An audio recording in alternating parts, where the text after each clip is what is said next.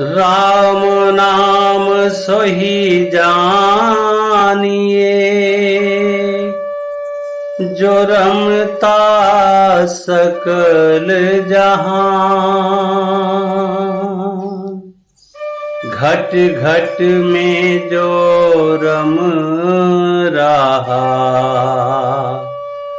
सोई राम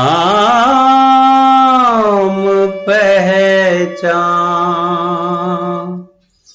नीलाम्बुजश्यामलकोमलांगं, सीता समारोपित वामभागं। पाणौ महासायक चारुचापं,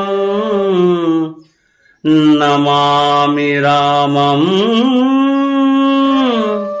रघुवंशनाथम। प्रेम से बोलिए जय श्री राम। राजीव नयन धरे धनुषायक,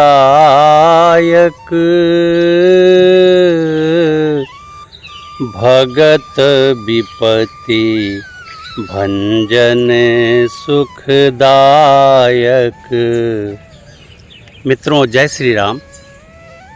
ये आज का हमारा समरी एपिसोड उड़ीसा का है ये, और इससे पहले 8 समरी एपिसोड आपने देखा होगा। 3 उत्तर प्रदेश, 1 मध्य प्रदेश, 3 छत्तीसगढ़ और 1 झारखंड का। उड़ीसा में भगवान छत्तीसगढ़ से सबरी नदी के किनारे किनारे निकले थे, और सबरी नदी के किनारे किनारे आते आते और गोदावरी संगम तक वो आए। तो उड़ीसा में एक जगह है मलकानगिरी। मलकानगिरी माल्यवंत गिरी के भ्रंश का एक रूप नाम है मलकानगिरी, अर्थात माल्यवंत पर्वत जहाँ पर माल्यवान रहते थे, ये उन्हीं के नाम पर माल्यवंत गिरी और बाद में भ्रंश होकर मलकानगिरी बन गया। ये उड़ीसा का एक पार्ट है, और मलकानगिरी में कई स्पॉट हैं ऐसे हैं जहाँ भगवान श्री राम ने रात्रि विश्राम भी किया है, पदयात्रा भी की है, माता सीता के साथ, भैया लखनलाल जी के साथ वनवास काल के समय को उन्होंने व्यतीत किया है। तो आइए उड़ीसा के राम वनगमन यात्रा में आप सभी का हार्दिक स्वागत है। मलकानगिरी का सबसे पहला स्पॉट है गुप्तेश्वर महादेव मंदिर। यह रामगिरी अर्थात एक छोटी सी पहाड़ी है, जो स्थानीय लोग इसको रामगिरी बोलते हैं, और ये जगदलपुर से 50 किलोमीटर की दूरी पर है। यदि आप छत्तीसगढ़ से आ रहे हों और वाया जगदलपुर आ रहे हों, तो जगदलपुर से आप इस जगह को अप्रोच कर सकते हैं। और यहाँ पर ऊंची पहाड़ी पर गुप्तेश्वर नाथ महादेव का मंदिर बना हुआ है। वहाँ भगवान रुके भी थे, और भगवान शंकर की पूजन और अर्चन भी वहाँ पर भगवान ने किया है। आइए दूसरी जगह है अम्मा कुंड, अर्थात खैरपुट एक जगह है।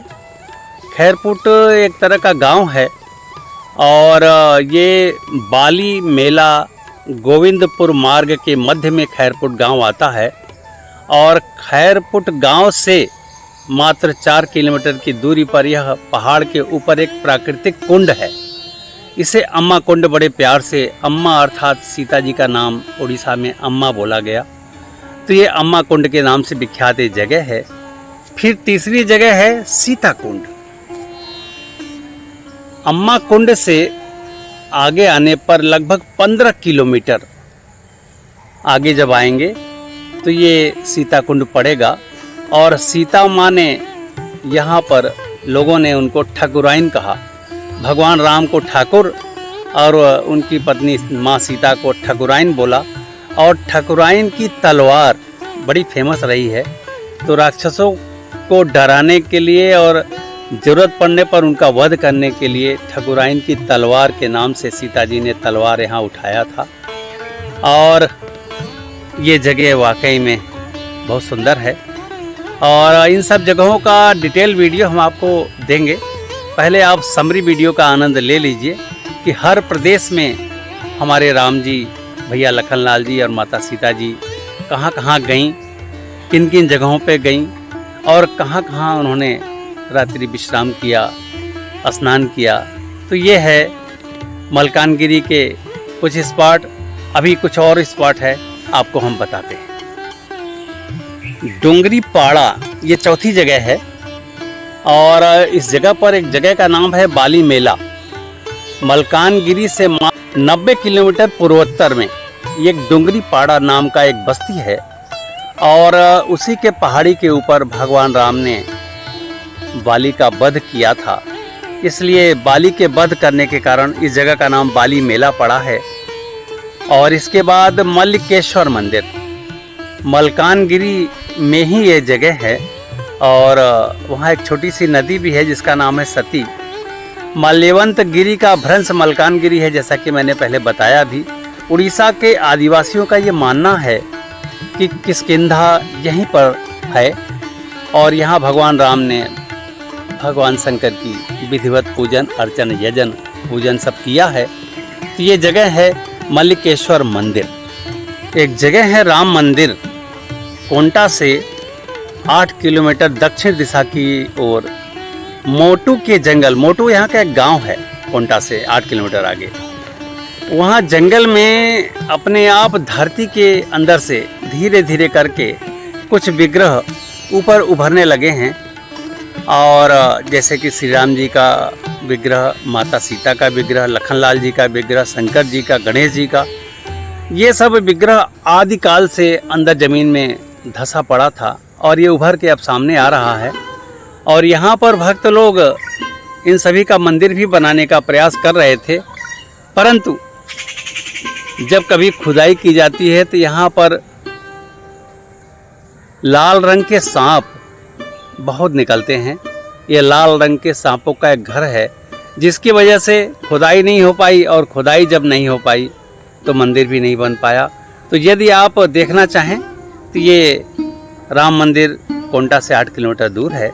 इसके बाद एक जगह है सलेरू संग। इसी मोटू से मात्र 2 किलोमीटर दूर सलेरू तथा सबरी 2 नदी है, सलेरू और सबरी। जैसा कि आपको पता है कि छत्तीसगढ़ से भगवान सबरी के जन्म स्थान से जो सबरी नदी का उद्गम हुआ, वहाँ से सबरी नदी के किनारे किनारे वो गोदावरी नदी के संगम होने तक बराबर वो चलते रहे, उगते रहे, रात्रि विश्राम करते रहे, भगवान शंकर की पूजा अर्चना करते रहे। तो ये सलेरू नदी और सबरी नदी का संगम तट है जो मोटू गांव से मात्र 2 किलोमीटर की दूरी पर है।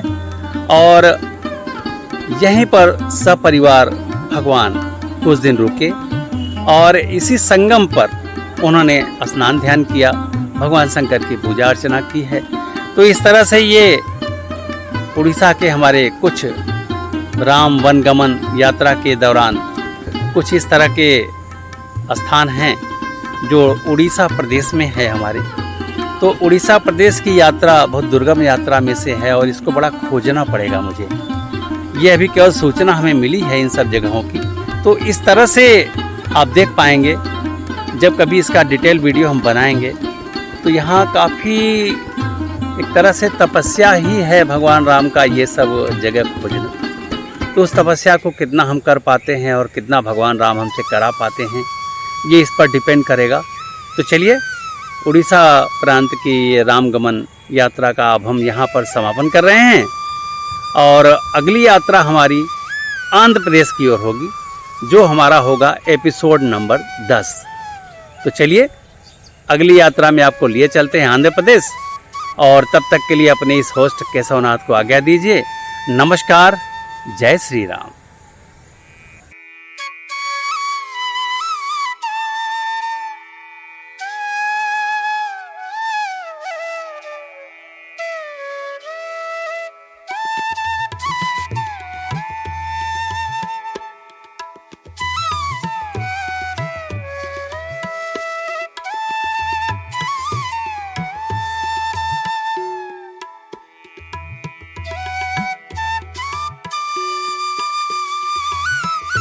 प्रेम से बोलिए जय श्री राम।